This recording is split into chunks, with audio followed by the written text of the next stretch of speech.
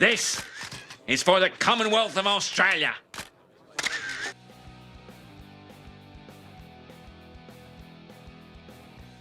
Number 10. Birch Barlow. First appearing in the episode Sideshow Bob Roberts, this rotund conservative pundit was a parody of the late controversial radio host Rush Limbaugh.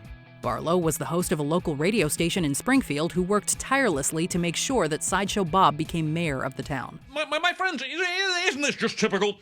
Another intelligent conservative here, railroaded by our liberal justice system.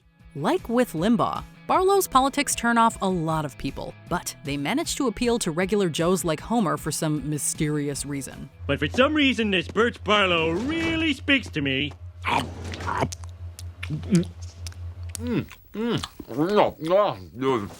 Good morning, fellow freedom likers. In portraying the character, Harry Shearer gets down Limbaugh's mannerisms and cadence and his over-the-top bombast. Our six-term mayor, the illiterate, tax-cheating, wife-swapping, pot-smoking, spendocrat, Diamond Joe Quimby.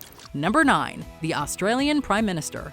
Occasionally, The Simpsons makes fun of politics in countries other than the United States, with Australia being a notable example. In Bart vs. Australia, the government of Australia was shown in a less than flattering light. And I want to speak to Dr. Bart Simpson right now. Hold, please. A member of parliament was a pig farmer with a coarse blue-collar accent, and the prime minister was a hick drinking beer while floating in the middle of a pond. That's a bloody outrage, it is! I want to take this all the way to the Prime Minister! This insulting depiction was no doubt one of the many reasons why the people of Australia took issue with the episode when it first aired. Aye, mate. What's a good word? Number 8. Sideshow Bob Runs for Mayor. If there's one person who shouldn't be in public service, it's Sideshow Bob. That's mainly because of his attempts to murder Bart Simpson, among others. This does not stop Springfield from voting Bob as mayor, and unsurprisingly, he abuses his power. No, Bart, don't you see? Dead people can't vote. Later, it's revealed that Bob rigged the election by having dead people vote for him, which prompts the maniacal mayor to go on a tirade about how people clamor to be ruled by right-wing tyrants. We want the truth. You want the truth? You can't handle the truth. Kelsey Grammer, who voices Bob, is a real-life conservative, and it's fun to watch the actor satirize his own political views. But why? Because you need me, Springfield. Number 7. Apu's Immigration Dilemma. When Springfield votes on a proposition that would get rid of illegal immigrants, Apu finds himself in trouble as he's been living in the U.S. without documentation. The whole episode focuses on Apu's plight as an undocumented immigrant and the struggles and prejudice that immigrants face. I cannot deny my roots, and I cannot keep up this charade. I only did it because I love this land, where I have the freedom to say and to think and to charge whatever I want. I want to stay, but as the real me. Fortunately, Apu is able to pass the citizenship test and be naturalized before the proposition passes. Okay, Apu, stay awake and stay focused. Cotton Mather. Much has been said about how The Simpsons uses Apu as the butt of jokes, but this episode makes Apu a fuller character, giving him more depth. Yes, I am a citizen. Now which way to the welfare office? Number 6. Twirling Towards Freedom. In the Treehouse of Horror segment Citizen Kang, Kang and Kodos kidnap Bill Clinton and Bob Dole, impersonating the two presidential candidates. Well, thanks for taking care of Dole for me. Hey! Trying to pass off as human, the pair nevertheless exhibit odd behavior. But the highlight has to be Clinton's speech at the debate where the soaring rhetoric gets absurd.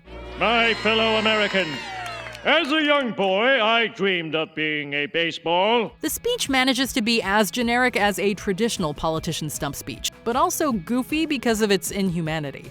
Bill Clinton is a great target for political satire, which The Simpsons frequently made fun of. We must move forward, not backward, upward, not forward, and always twirling, twirling, twirling towards freedom. Number 5. Homer's Political Talk Show. After a video of Homer ranting goes viral, he becomes a talking head on a cable news network, and eventually gets his own show called Gut Check. Oh yeah, that's right. It's already happening, people. Hoard your toilet paper. Shoot the mailman! Unsurprisingly, Homer's show focuses more on over-the-top delivery than it does substantive content. However, Homer's everyman shtick resonates enough with audiences that the Republican Party lets him pick their presidential candidate that year. I command you to vote for this man whom I alone have selected as your next president. I'll baptize his candidacy with my tears. His choice is none other than right-wing eccentric Ted Nugent in a hilarious guest spot. Gut Check is a spot-on parody of over-the-top political rhetoric that was popular at the time with political hosts like Glenn Beck. Well, for one brief, glorious moment, I was almost president. Sort of, not really. Now let me just play a sweet song that I'll never hear. Number 4. Lisa becomes president. A casino manager gives Bart a peek into the future where Lisa becomes president, but her presidency is full of hardships. The country is heavily in debt, with creditor nations demanding their money, and Bart makes things harder when he moves into the White House. Bart, we're having a meeting. We had a meeting this morning. I have a lot of meetings. I'm the president. Of what? The United States of Dorksylvania? The episode has lots of jabs at US politics, but perhaps the most noteworthy gag was the unwittingly accurate prediction that Donald Trump would one day become president himself. As you know, we've inherited quite a budget crunch from President Trump. How bad is it, Secretary Van Houten? We're broke. Given the trillions of dollars of debt the US is in, this could be the country's future. I will not mince words. Your country needs you. That's why today I'm proposing a temporary refund adjustment. Number 3. Homer gets a gun.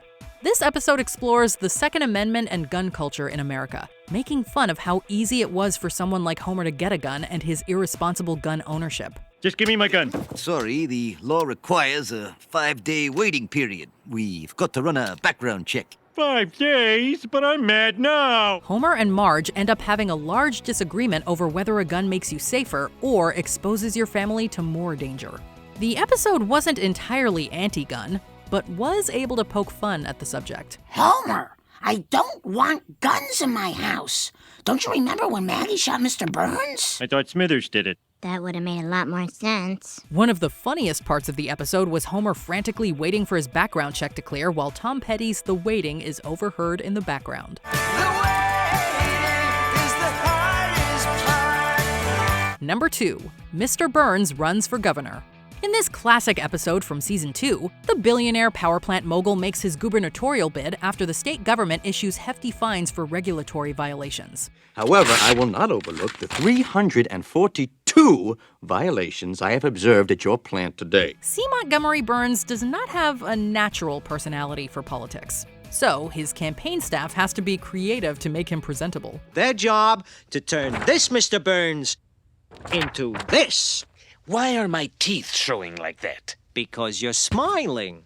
Ah, excellent. The whole episode points out how fake the performative arts of politics are, as Mr. Burns uses every opportunity to pivot to his campaign rhetoric.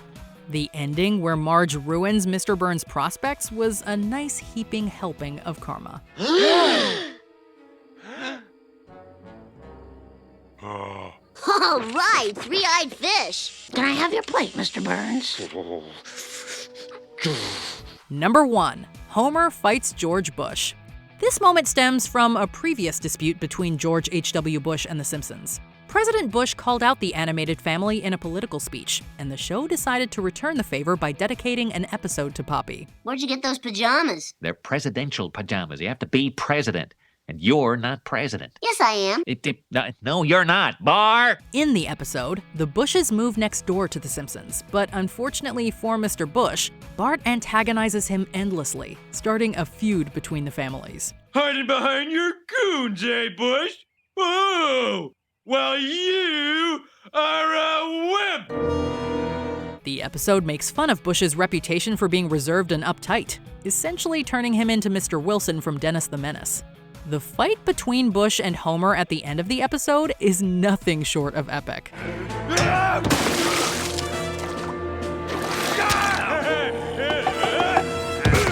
Yay, Dad! What's your favorite political moment from The Simpsons? Let us know in the comments. We are merely exchanging long protein strings. If you can think of a simpler way, I'd like to hear it.